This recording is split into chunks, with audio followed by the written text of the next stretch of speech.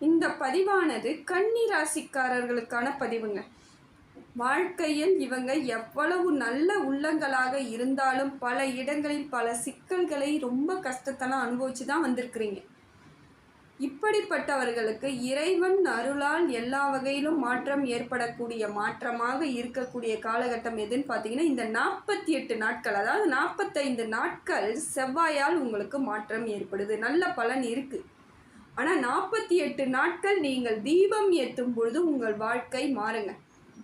பின்னாடி சொல்கிறேன் அது எந்த கோவிலுக்கு போயிட்டு எப்படி தீபம் போடணுன்ட்டு. இப்போ ஆரம்பத்தில் உங்களுக்கு நடக்கக்கூடிய சூழ்நிலை எப்படி இருக்குது, இதில் இருந்து இந்த 45 நாட்களில் நீங்கள் என்ன மாற்றங்களை ஏற்படுத்திக்கலாம் அப்படின்னுட்டு பார்க்கலாங்க.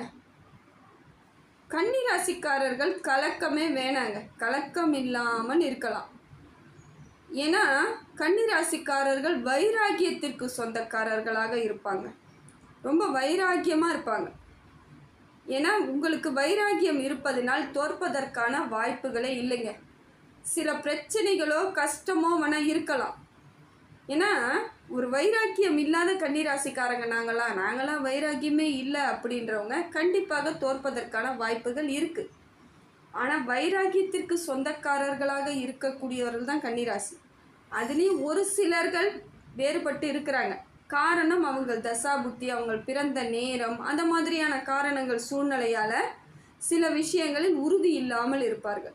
ஆனால் உறுதியாக இருக்கக்கூடியவர்கள் அத்தனை கன்னிராசிக்கும் வாழ்க்கையில் வெற்றி எளிமையாக கிடைக்குங்க. கொஞ்சம் போராடிட்டே இருந்தீங்கன்னா மாற்றம் ஏற்படும்.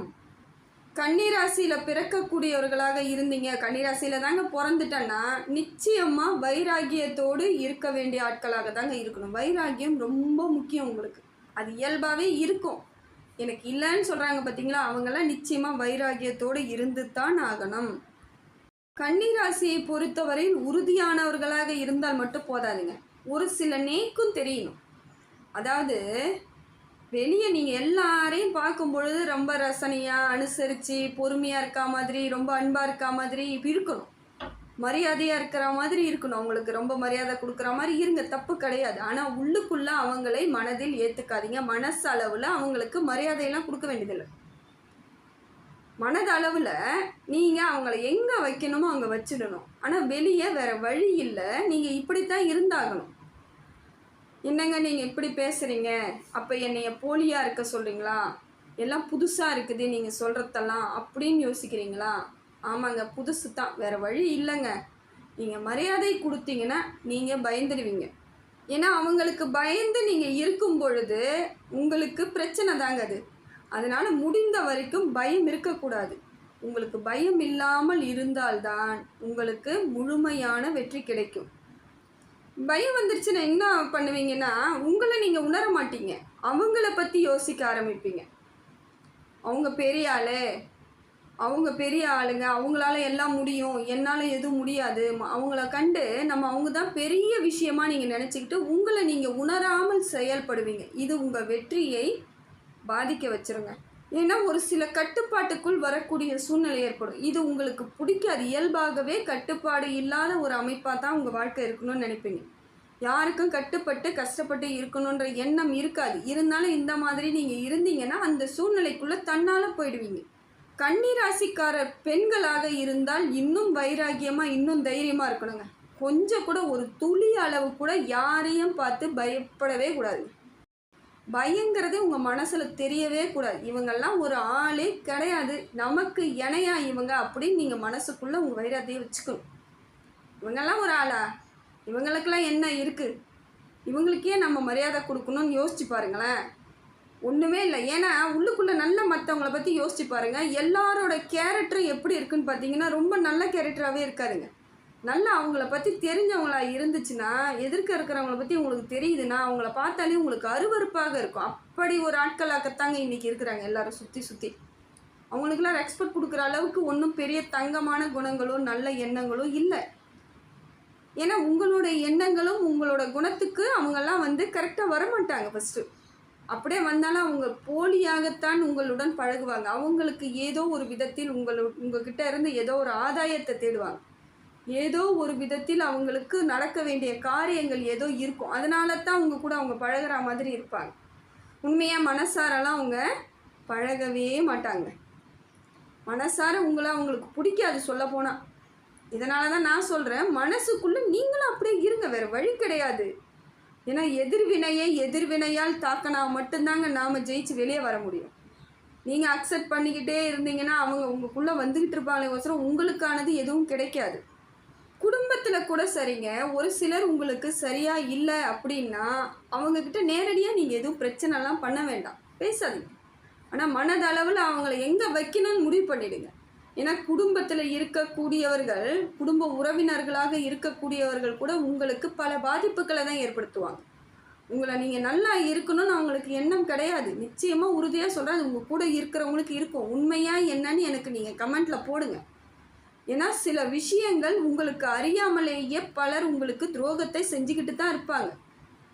வேறு வழி இல்லை, அதை நீங்கள் கடந்து தான் வந்து ஆகணும். உள்ளுக்குள்ளே உங்களுக்கு பயம் இருக்கவே கூடாது. ஆனால் எதிர்ப்பதற்கும் தயாராக இருக்கணும். எதிர்க்கிறதுனா நேராக போய் சண்டை போடுறது கிடையாது. ஒரு சில விஷயங்களை நீங்கள் மறைமுகமாகத்தான் செஞ்சாகணும். என்னென்னா உங்கள் பேரில் நீங்கள் நம்பிக்கை வச்சு தாங்க ஆகணும். எதுவாக இருந்தாலும் என்னால் செஞ்சு முடிக்க முடியும், என்னால் எல்லாமே முடியும் அப்படிங்கிறத உங்கள் தன்னம்பிக்கையோடு இருக்கணும். அப்படி இல்லைன்னா நம்பிக்கை இல்லாமல் போயிடும் உங்கள் வாழ்க்கை.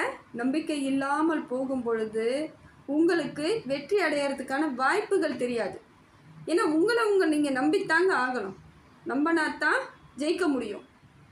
ஏன்னா சில இடங்களில் நீங்கள் சொல்லுவீங்க, எனக்கு இவங்க வேலை வாங்கி தரேன்னு சொல்லியிருக்காங்க, நம்பிக்கையாக இருக்கிறேன், வாங்கி கொடுப்பாங்க. நிச்சயமாக செய்ய மாட்டாங்க. அதெல்லாமே நடக்கிறதுக்கான வாய்ப்புகளே கிடையாது, சாத்தியக்கூறே கிடையாது. அவங்க எனக்கு வேலை வாங்கி தரேனாங்க, அவங்க எனக்கு பணம் ஃபினான்ஷியலாக நான் கம்மியாக இருக்கேன், இப்போ எனக்கு பொருளாதார ரீதியாக பிரச்சனை இருக்குது, எனக்கு பணம் வாங்கி தரேன்னாங்க. நிச்சயமாக உங்களுக்கு உதவி செய்ய மாட்டாங்க. காலத்தை விரயம் பண்ணுவாங்க. ஆனால் வாங்கி கொடுத்துட்றேன், தந்துடுறேன், 2 நாளில் கொடுத்துட்றாங்க, 3 நாளில் கொடுத்துட்றாங்க, அவங்கக்கிட்ட வாங்கி தரேன். இல்லைன்னு சொன்னால் கூட நீங்கள் வேறு எங்கேயாவது அரேஞ்ச் பண்ணலாம். ஆனால் அவங்க அதையும் செய்ய மாட்டாங்க. உங்களை எந்த விதத்திலும் மூவ் பண்ணவே விட மாட்டாங்க. அவங்கக்கிட்டேயே உங்களை அடிமையாக வச்சுக்கணும், நீங்கள் கெஞ்சணும், அவங்கள கேட்கணும் அப்படிங்கிற எதிர்பார்ப்போடு தான் இருந்துகிட்ருக்காங்க உங்கள் கூட இருக்கிறவங்க. எந்த விதத்திலும் நன்மைகள் செய்ய மாட்டாங்க.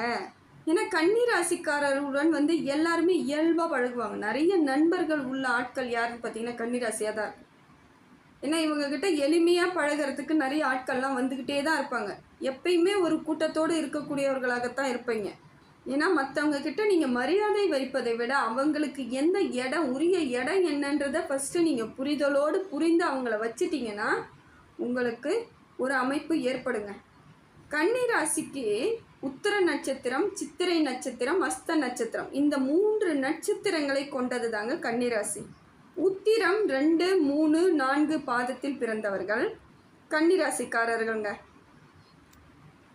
கன்னிராசிக்கு புதன் உச்சம் பெற்றவர்களாக இருக்கிறீங்க. புதன் உச்சம் ஆட்சி பெற்ற வீடாக அமையுதுங்க. இங்கே சூரிய தசையில் உத்திர நட்சத்திரக்காரர்கள் பிறக்கிறாங்க. உத்திர நட்சத்திரக்காரர்கள் சூரிய தசையில் பிறப்பதினால் அவங்களோட எதிர்பார்ப்பு எப்படி இருக்குன்னு பார்த்தீங்கன்னா, அவங்களுக்கான உரிய கௌரவம், உரிய மரியாதை வேணுங்கிறதுல அவங்க முழு முயற்சியோடு முழு எண்ணத்தோடு இருக்கக்கூடியவர்கள் தாங்க. இதனாலேயே பல இடங்களில் இவங்களுக்கு சிரமத்தை அனுபவிச்சுட்ருக்கவங்களும் இவங்க தான். உரிய அங்கீகாரம் கிடைக்கணும், உரிய உரிமை கிடைக்கணும்ன்ட்டு போராடிக்கிட்டு இருக்கவங்களும் இவங்க தான். ஏன்னா தெரியாமல் சில விஷயங்களாலே இவங்களுக்கு பாதிப்புகள் ஏற்பட்டுடுதுங்க. அதே போல் கல்யாணம், திருமண வாழ்க்கையில் பாதிப்புகள் ஏற்படுதுங்க. தெரியாமல் மாட்டிக்கிட்டேன்ற மாதிரி அவஸ்தைப்படுவீங்க. நிறைய பேர் என்ன பண்ணுவாங்க, தெரியாமல் தலையாக கொடுத்துட்டேன், தெரியாமல் மாட்டிக்கிட்டேன், இதில் வெளியவும் வர முடியல, உள்ளேயும் போக முடியல, எனக்கு ஒரே தலைவலியாக இருக்குதுங்க அப்படின்வாங்க. இப்படிப்பட்டவர்கள் வைராகியத்தோடு இருக்கணுங்க. வைராகியத்தோடு இருந்தால்தான் உங்களுக்கு என்ன திறமை இருக்குது, உங்களுக்கு என்ன முடியும், உங்களுக்கு என்ன சாதகமாக இருக்குதுன்றது ஃபஸ்ட்டு புரிய ஆரம்பிக்கணும்னாலே வைராக்கியம் வேணும். நீங்கள் வெளி உலகத்துக்கு தாங்க ஆகணும். உத்திர நட்சத்திரக்காரங்க சூரியனோட அனுகிரகம் இருப்பதனாலே நீங்கள் உங்களுக்கு நல்ல மாற்றம் ஏற்படும். உங்கள் ராசியில் புதனும் சூரியனும் எப்பொழுதெல்லாம் இணைகிறார்களோ அப்பொழுதெல்லாம் உங்களுக்கு மாற்றம் ஏற்படும். உங்களுக்கு சூழ்நிலை நல்ல மாற்றத்தை ஏற்படுத்தி கொடுக்குங்க. அதே போல் புதன் தசை எப்போ வருதோ, புதன் புத்தி எப்போ வருதோ அப்பையும் உங்களுக்கு மாற்றம் ஏற்படும். அதே போல் சூரிய புத்தி எப்போ வருதோ, சூரிய தசை எப்போ வருதோ அப்போ வந்து உங்களுக்கு லாபத்தை ஏற்படுத்தி கொடுக்கக்கூடிய காலகட்டமாக இருக்குதுங்க. இதை போல் உங்களுக்கு சூரியனும் புதனும் உங்களுக்கு சிறப்பான மாற்றத்தை ஏற்படுத்தி கொடுக்குதுங்க. இப்படிப்பட்ட நீங்கள் சிவபெருமானை வழிபாடு செய்யும் பொழுது இன்னும் யோகமான பலன்கள் உங்களுக்கு கிடைச்சிக்கிட்டே இருக்குங்க. சிவனை சரணாகதி அடைந்தாலே போதுங்க, உங்கள் வாழ்க்கை மாற்றம் ஏற்படுங்க. அதாவது பழங்கால கோயில்கள் சொல்லுவாங்க, ராஜா காலத்து சிவன் ஆலயங்கள்லாம் வந்து சிறப்பு மிக்கதுங்க. அதில் போனீங்கனாலே உங்களுக்கு அந்த அதிர்வலைகள் எல்லாம் உங்களுக்கு மாற்றத்தை ஏற்படுத்தி கொடுக்குங்க. அப்படி ஒரு நல்ல ஒரு மாற்றத்தை ஏற்படுத்தி கொடுக்கக்கூடியது எதுன்னு பார்த்தீங்கன்னா சிவாலயங்கள். பழமையான சிவாலயங்களுக்கு நீங்கள் செல்லும் பொழுது வாழ்க்கை பல மாற்றங்கள் ஏற்படும். டர்ன் ஓவர் கிடைக்கும், டக்குன்னு ஒரு மாற்றம் ஏற்படும். இப்படியே போயிட்டுருக்க மாதிரி இருக்கும், ஒரு பாதை வரும், அந்த பாதைக்குள்ளே போகும்போது எளிமையான வெற்றிகளை நீங்கள் அடைஞ்சிருவீங்க. 4 கோபுரங்கள் இருக்கக்கூடிய ஆலயங்களுக்கு போயிட்டு வழிபாடு செய்தீங்கன்னா இன்னும் சிறப்புங்க. அதே போல் மலை பிரதேசத்தில் இருக்கக்கூடிய கோவில்களுக்கெல்லாம் போனீங்கன்னா உங்களுக்கு நல்ல முன்னேற்றம் கிடைக்கும். ரொம்ப டிஃப்ரெண்ட்டாக இருக்கும், ஒரு மாறுதல் ஏற்படும். உங்களை நீங்களே மாற்றத்திற்கான காலகட்டத்தை ஏற்படுத்திக்கலாம். அடுத்ததாக பார்க்க போகிறது அஸ்த நட்சத்திரம். அஸ்த நட்சத்திரன்றது ரொம்ப டிஃப்ரெண்ட்டான நட்சத்திரங்க. எதுக்குமே ஒத்து போகாத ஒரு நட்சத்திரம், யாருடனும் அனுசரித்து போகாத ஒரு நட்சத்திரம், எதுலேயுமே சேர்ந்து வராது. இதற்கு காரணம் என்னன்னு பார்த்தீங்கன்னா சந்திரனோடு திசையில் பிறந்ததுனால் எதனுடனும் ஒத்து போக மாட்டீங்க. எல்லாம் ஒரு கணக்கு போட்டு நினைப்பாங்க இவங்க இப்படித்தான் இருப்பாங்கன்னு. கடைசியில் நீங்கள் செய்கிற விதங்கள் எல்லாம் வேறையாக இருக்கும். உங்களை கணிக்கவே முடியாது. யாராலையும் உங்களை ஒரு நேரத்தில் ஒரு மாதிரி இருக்கிற மாதிரி இன்னொரு நேரத்தில் அதே மாதிரி இருப்பீங்கன்னா இருக்க மாட்டீங்க. அதனால் எதுலேயும் உங்களை கொண்டுட்டு போக முடியாது. சந்திர தசையில் பிறந்ததினால் உங்கள் மனசு போகும் போக்கில் தான் உங்கள் வாழ்க்கை இருக்கும். மனம் போன போக்கில் தான் இருப்பீங்க. இதனாலேயே மற்றவர்களுக்கு வந்து அஸ்த நட்சத்திரத்தை கொண்ட கன்னிராசிக்காரர்களுடன் பழக மாட்டாங்க, அவ்வளோ சீக்கிரம் உங்களுடன் வர மாட்டாங்க. ஆனால் உங்களை நினச்சி எரிச்சலாவாங்க, இவங்க ஏன் இவங்க வித்தியாசமாக இருக்காங்க, நாம் ஒன்று சொன்னால் செய்ய மாட்டுறாங்க அப்படின்ட்டு. ஆனால் அந்த வேலையை நீங்களாக செய்யணுன்னா செஞ்சிருவீங்க. ஆனால் மற்றவங்க சொன்னாங்கன்னா நிச்சயமாக செய்ய மாட்டீங்க. அது உங்களோட இயல்பு. அவங்களுக்கு அது கோபம் வரும், ஏன்னா நம்ம சொன்ன வேலையை செய்ய மாட்டுறாங்களே. அது வீட்டில் குடும்பத்தில் இது பெரிய பெரிய பிரச்சனைகளாக இது வருங்க. இது குடும்பத்தில் பெரும்பாலான கன்னிராசி அஸ்த நட்சத்திரத்துக்கு இது நடக்கும். உண்மையா இல்லையான்ட்டு எனக்கு கமெண்ட்டில் போடுங்க. நல்லா யோசிச்சிங்கன்னா பல இடங்களில் உங்களை நீங்கள் உணர ஆரம்பிப்பீங்க. இப்போ ஏன்னா அஸ்த நட்சத்திரக்காரங்க உடனடியாக கெட்ட பேர் வாங்கிடுவாங்க. ஏன்னா அவங்களுக்கு வந்து இவங்களை வந்து ஒரு அமைப்பாக எடுத்துகிட்டு தெரியாததுனால, இவங்களுக்கு வந்து மற்றவங்ககிட்ட எப்படி வந்து சொன்னதை செய்ய தெரியாததுனால என்ன பண்ணுவாங்க, இவங்களை பிடிக்காததுனால இவங்களை வந்து சுடுமூஞ்சி, எரிச்சல்காரங்க, சொன்ன பேச்சு கேட்காதவங்க, தலகணம் பிடிச்சவங்க அப்படின்னு மற்றவங்க இவங்களை பற்றி ரொம்ப பெருமையாக பாராட்டுவாங்க. இதுதான் நடக்கும். இந்த மாதிரி பாராட்டுகளையும் வாங்கி சட்டை பண்ணவே மாட்டாங்க. அப்போ கூட நம்மளை இப்படி பேசுகிறாங்களே, இவ்வளோ எடை குறைவாக தரக்குறைவாக பேசுகிறேன், அதுவும் கண்டுக்க மாட்டேங்க. நீங்கள் நான் இப்படித்தான், எனக்கு எப்போ பசிக்குதோ அப்போ தான் சாப்பிட முடியும், நான் எங்கே போகணுன்னு முடிவு பண்ணுறது நான் தான் அப்படிங்கிற குணத்தோடு இருக்கக்கூடியவர்கள் அஸ்த நட்சத்திரம். ஆனால் அம்மாக்கள் மீது அதிக பாசம், தாய்கள் மீது. கன்னிராசியில் அம்மாக்களை ரொம்ப பிடிக்கும். அம்மா பிள்ளைங்களாக தான் இருப்பீங்க கன்னிராசிக்காரர்கள், நல்லா யோசிச்சு பாருங்க. ஏன்னா அப்பா கிட்ட கூட கொஞ்சம் கடுமையாக தான் நடந்துக்குவீங்க. அப்பா சொல்கிறத கேட்க மாட்டீங்க, எதுவும் பண்ண மாட்டீங்க, மற்றவங்க யார் சொன்னாலும் கேட்க மாட்டாங்க. ஆனால் அம்மா மட்டும் கன்னிராசிக்காரர் குழந்தைங்கிட்ட வந்து இதை செய்யுங்க, இதை செய்மா, இதை செய்ப்பா அப்படின்னு சொன்னால் உடனே செய்வாங்க. ஏன்னா அவங்களுக்கு அம்மா மீது, தாய் மீது பாசம் அதிகமானவர்கள் யாருன்னு பார்த்தீங்கன்னா கன்னிராசி. அம்மா பிள்ளையாக தான் இருப்பாங்க. அது ஆண் கன்னிராசியோ பெண் கன்னிராசியோ, ஓரளவுக்கு தாய் மீது பற்று இருக்கிறதுனால அவங்க சொல்கிறத மட்டும் கேட்டுக்கிட்டு அது ஒரு மாதிரி நல்ல ஒரு ட்ரெண்டிங்காக போயிட்டே இருப்பாங்க.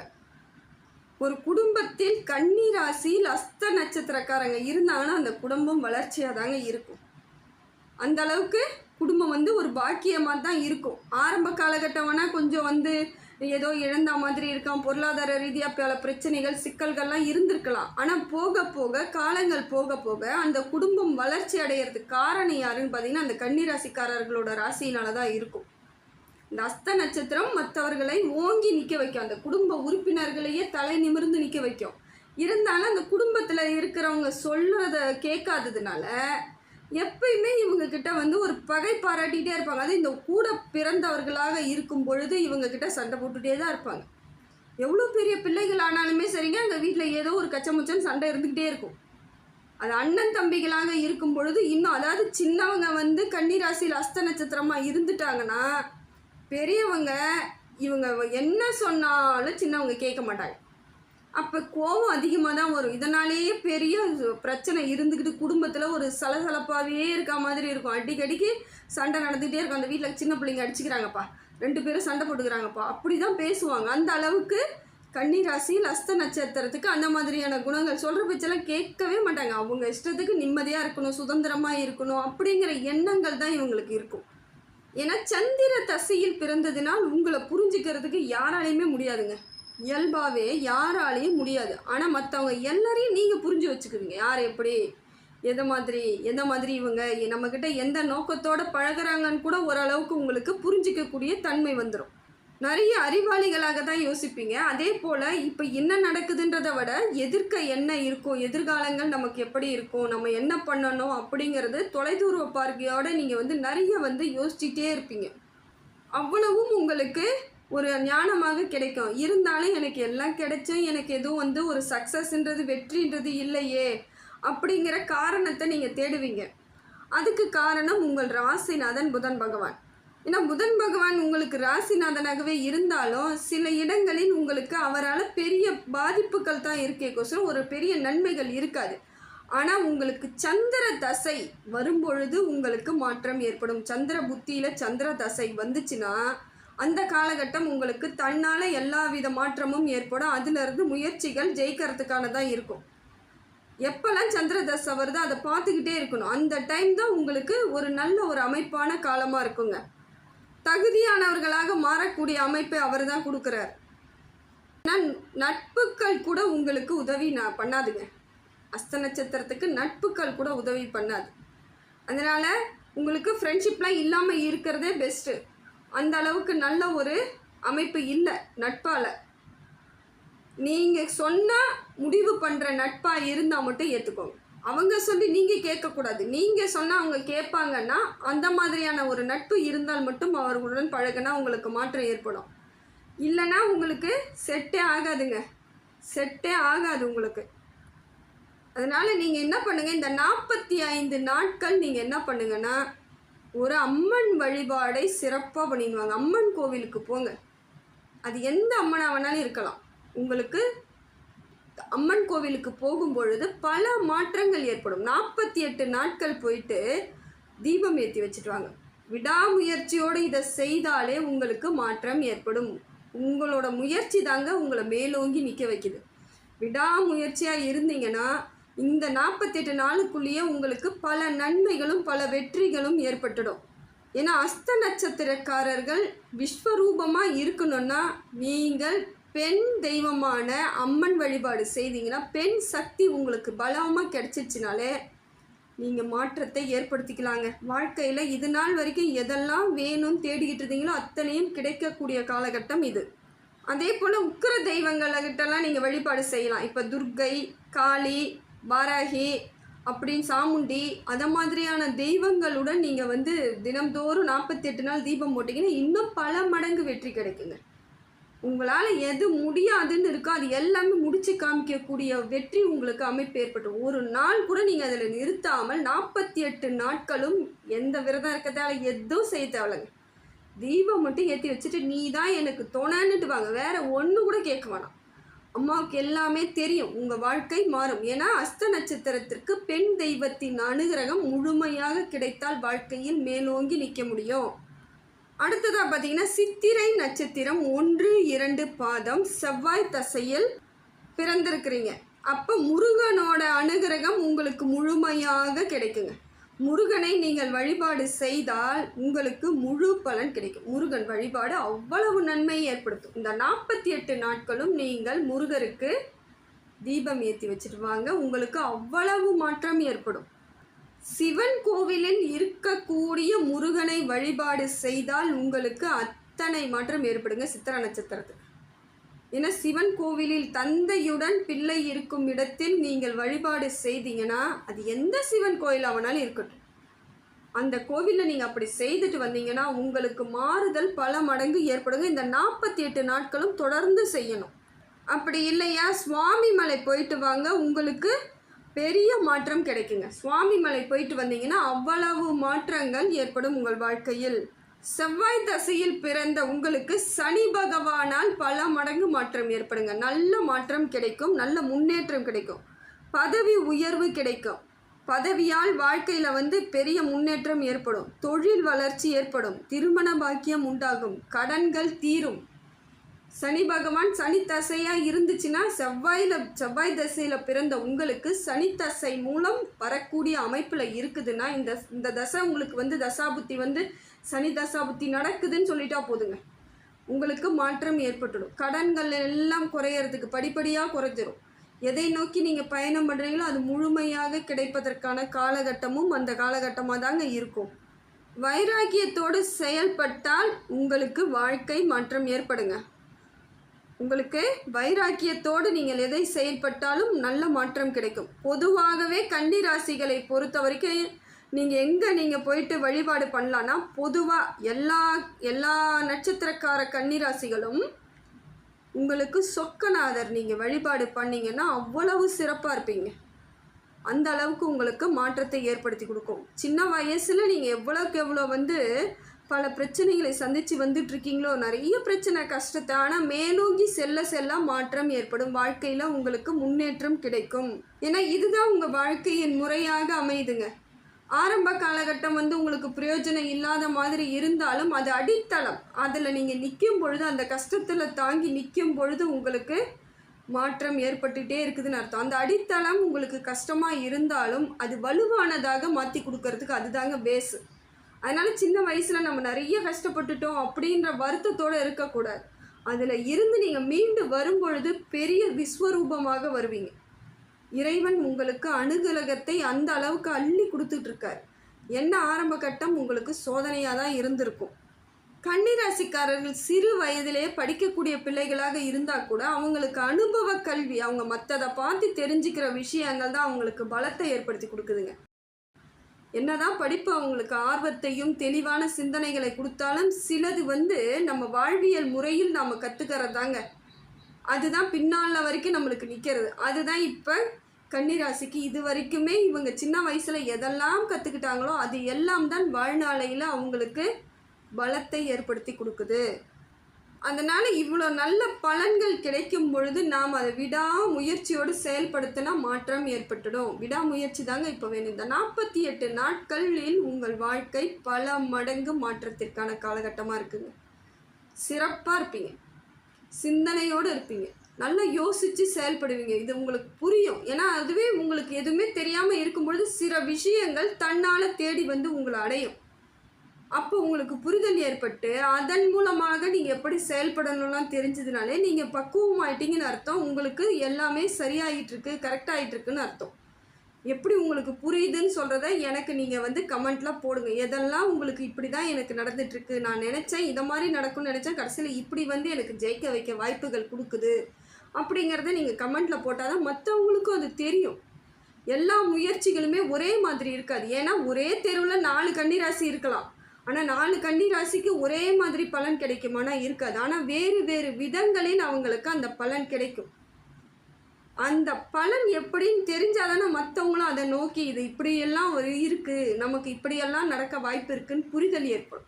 அதனால் முடிந்த வரைக்கும் எனக்கு கமெண்ட்டில் போடுங்க. எதை மாதிரியான வாய்ப்புகள் உங்களை தேடி வந்திருக்கு, எதனால் நீங்கள் இப்போ வெற்றி அடைஞ்சிட்ருக்கீங்க, எதை நோக்கி பயணம் பண்ணுறீங்க, படிப்படியான மாற்றங்கள் எப்படி இருக்குது, உங்களுக்கான முன்னேற்றங்கள் எதை மாதிரி கொடுக்குது அப்படிங்கிறத எனக்கு கமெண்ட்ஸில் போடுங்க. அப்போ தான் மற்றவங்களுக்கு அது புரியும், உங்கள் வாழ்க்கையும் பலமானதாக மாறும்.